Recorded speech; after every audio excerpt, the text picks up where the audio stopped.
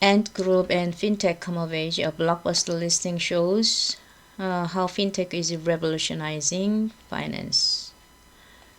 In 1300 or so, Marco Polo, a Venetian merchant, introduced Europeans to monetary marvel witnessed in China. The emperor, he wrote, causes the bark of trees made into something like paper to pass for money all over his country. Eventually, the West also adopted paper money some 6 centuries after China invented it. More recent foreign travelers to China has come back agog at the next big step for money. The total disappearance of paper replaced by pixels on phone screens. China preeminence in digital money is likely to be on display in the next few weeks with the monster listing of Ant Group, its largest fintech firm in Hong Kong and Shanghai. Measured by cash raised, it will probably be the biggest initial public offering in history, beating Saudi Aramco's last year. Once listed, Ant, which was formed in 2004, could have a similar value to J.P. Morgan Chase, the world's biggest bank, which traces its roots to 1799.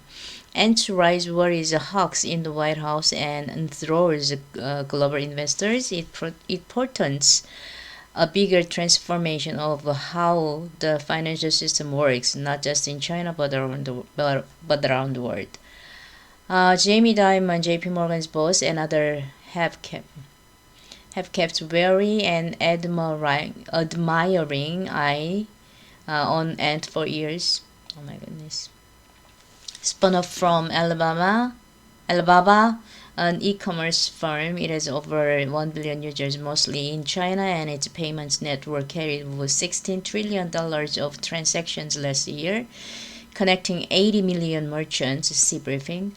Payments are just the appetizer. Users can borrow money, choose from 6,000 investment products, and buy health insurance. Imagine if Main Street banks, Wall Street brokers, Boston's asset managers, and Connecticut's insurers were all shrunk to fit into a single app designed in Silicon Valley that almost everyone used. Other Chinese firms, notably Tencent, which owns the WeChat app, also operate cutting-edge fintech arms. China is not alone. The pandemic has supercharged activity elsewhere, see article. Alongside the surge in global e-commerce and remote working, there has been an accompanying boom in digital payments, which have jumped by 52% at Venmo, an American network, compared with last year, and by 142% at Mercado Pago, a Latin American fintech. Provisions, farmers markets, pizza firms, and Singaporean hawkers have upgraded their systems so they can be paid instantly without physical contact or cash. Investors sense a tectonic shift like the one that shook retailing. Conventional banks now account for only 72% of the stock market value of the global banking and payments industry, down from 96% in 2010.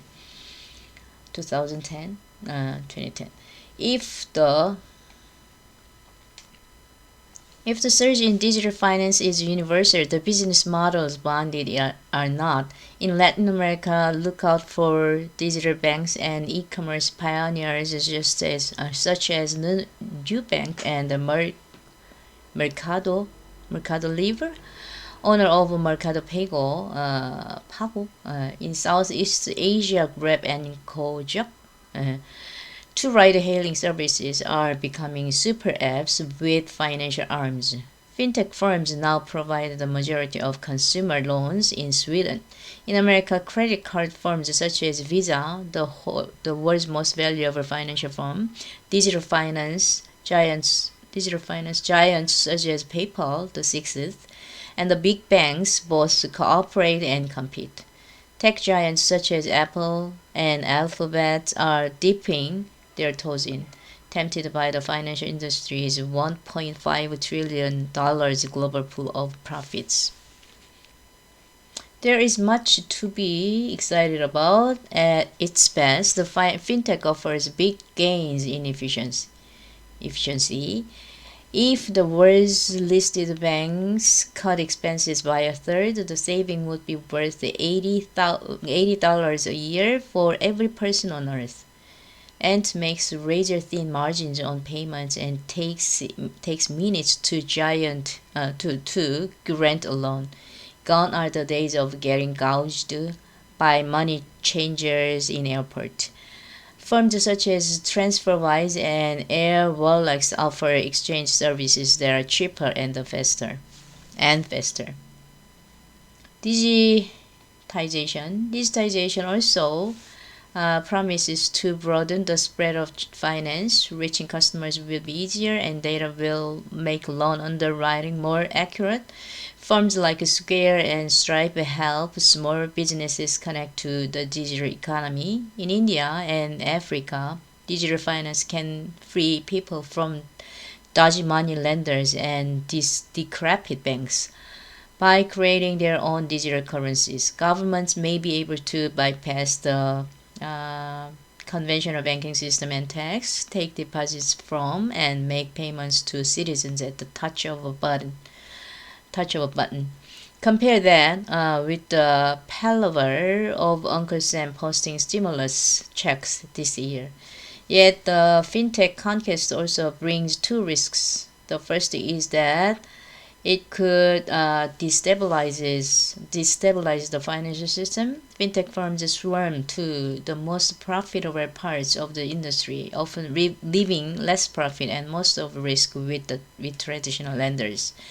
Fully 98 of loans issued through Ant in China ultimately sit on the books of banks, which pay it a fee.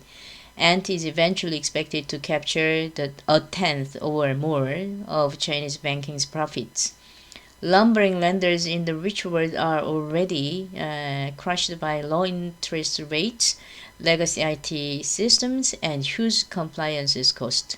If they are destabilized, it could spell trouble, because banks still perform crucial economic functions, including holding people's deposits and transforming these short-term liabilities into long-term loans for others.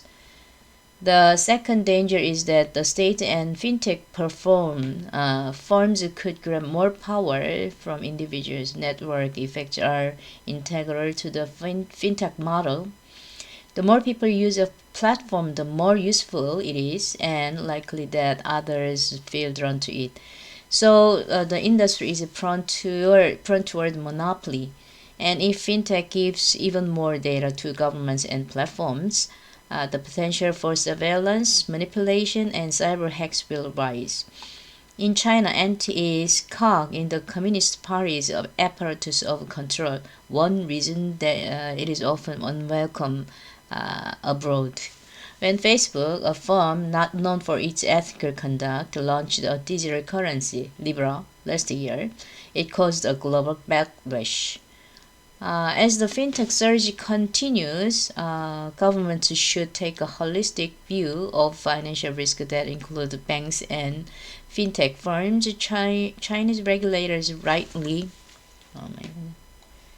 as the fintech surge continues, government should take a holistic view of financial risk that includes banks and fintech firms. The Chinese regulators rightly snuffed out Ant's booming business in loan securitization, which had echoes of a subprime fiasco. Governments should also lower barriers to entry so as to boost competition. Singapore and India have cheap, open bank-to-bank payment systems which America could learn from. Europe has flexible banking that lets customers switch accounts easily. Last, the rise of fintech must be tied to a renewed effort to protect people's privacy from giant companies and the state. So long as fintech can be made safer, open, and respectful of individual rights, then a monetary innovation led by China will once again change the world for the better.